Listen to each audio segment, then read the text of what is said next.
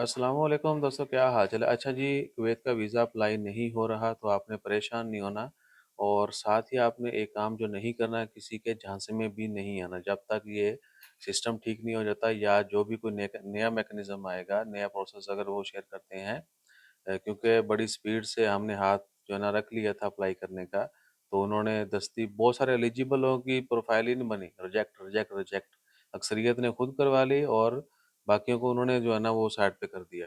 बहरहाल अभी क्या है कि आज 16 जून है जी, रात के 10 बजे ये वीडियो रिकॉर्ड की गई है।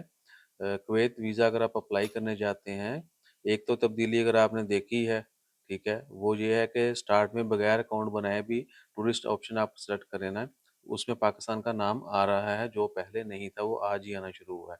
ठीक है ना, कल लेट नाइट शुरू हुआ था और आज फिर लोगों ने कंप्लेन कंप्लेन, लेकिन जिन्हों की पहले प्रोफाइल बन गई थी और वीज़े अप्लाई हो गए थे, उनको जो ईमेलें आ रही हैं पेमेंट की कि जी वीज़ा की पेमेंट करें, वीज़ा अप्रूव हो गया, पेमेंट करें, दस्ती वीज़ा आ जाता है। तो उनके वीज़ा इशू हो रहे हैं, उनको कोई इशू नहीं है। वो हो सकता है अगर सिस्टम ओके रहा या उनकी अप्रूवलें आज कल में जिन्होंने पेमेंट नहीं की, वो कल भी हो सकता है पेमेंट करें, वीज़ा आ जाए, आपको बोलेंगे देखें आज इशू है। तो आपने किसी के झांसे में नहीं आना, सिस्टम में इशू है, या तो ये वेबसाइट अपग्रेडेशन की वजह से है, क्योंकि पहले बगैर लॉगिन के पाकिस्तान का नाम नहीं था, अभी आ रहा है। और जैसे आप लॉगिन क्रिएट करते हैं, प्रोफाइल क्रिएट करते हैं, पिक्चर अपलोड करते हैं, उसके बाद पासपोर्ट फ्रंट बैक फिर नेक्स्ट जाते हैं बाकी डॉक्यूमेंट्स के लिए, तो एरर आ जाता है जी ऊपर एक नोटिफिकेशन कि your nationality is not eligible for e visa, please contact embassy. Embassy वाले कहते हैं जी हम नहीं करते ई वीज़ा, हम जो है ना सिर्फ वर्क परमिट जो है वो डील करते हैं, लॉन्ग टर्म वीज़ा वो डील करते हैं। सो दो वजूहात हो सकती हैं, या तो अभी तक वेबसाइट जो है अंडर डेवलपमेंट मोड में है, ठीक है जी, अंडर डेवलपिंग है, या फिर क्या है कि कोई तब्दीली होने जा रही पाकिस्तानियों के लिए। सही है, बाकी नेशनल के अप्लाई हो रहे हैं, ये भी आपको बता दें। सही है ना। और सिर्फ हमारे लिए ये मसला आ रहा है। सो आपने किसी को पैसे नहीं देने, किसी की बातों में नहीं आना। हो सकता है कल परसों तरसों लोग जो हैं, जो जुगाड़ू हैं, मैं बता देता हूँ, हो सकता है अ, मैं परसों तरसों किसी दिन और बोल दूं, कल ही बोल दूं ये देखो जी आज वीज़ा कढ़ाया है, ठीक है, किसी और ਦਾ ਹੁਣ ਮੈਂ ਨਾਂ ਲਾਂਗਾ, ਲੋਕੀ ਫਿਰ ਏਜੰਟ ਮੈਨੂੰ ਕਹਿੰਦੇ ਨੇ ਭਾਵੇਂ ਤੁਸੀਂ ਜਿਹੜਾ ਨਾ ਸਾਰਿਆਂ ਨੂੰ ਇੱਕੋ ਪਾਸੇ ਰਗੜ ਦਿੰਦੇ, ਨਾਂ ਲੈ ਕੇ ਕਰਿਆ करो, ਨਾਂ ਲੈ के मैं मारता नहीं है।